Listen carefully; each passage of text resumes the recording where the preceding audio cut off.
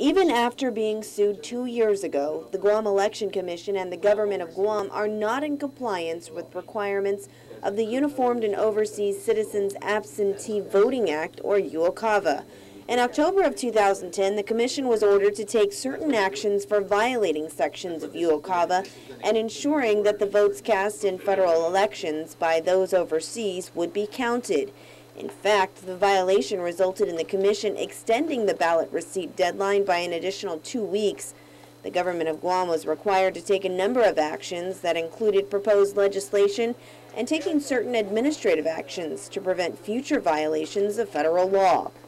Now, the way the law is currently written, the GEC is unable to provide absentee ballots electronically to UOCAVA voters who ask for them for the upcoming primary and general elections.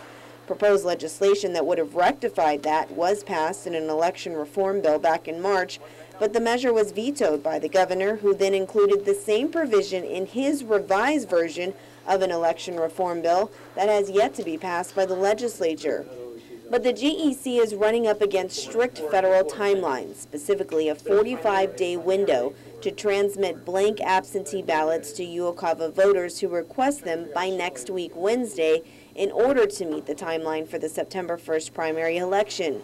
The parties today filed a stipulated supplemental order where the Election Commission agreed to establish email as the electronic means by which UOCAVA voters may receive a blank absentee ballot and provide effective notice to UOCAVA voters. According to the stipulation, the GEC must provide a notification no later than July 16th to each UOCAVA voter that they have the option of receiving an absentee ballot by email or mail. The notification must be posted on the Commission's website as well as sent out to local and international media. The stipulation won't resolve the lawsuit, though, as the U.S. Department of Justice is mandating regular reporting that begins on July 20th of this year, certifying that the GEC has complied.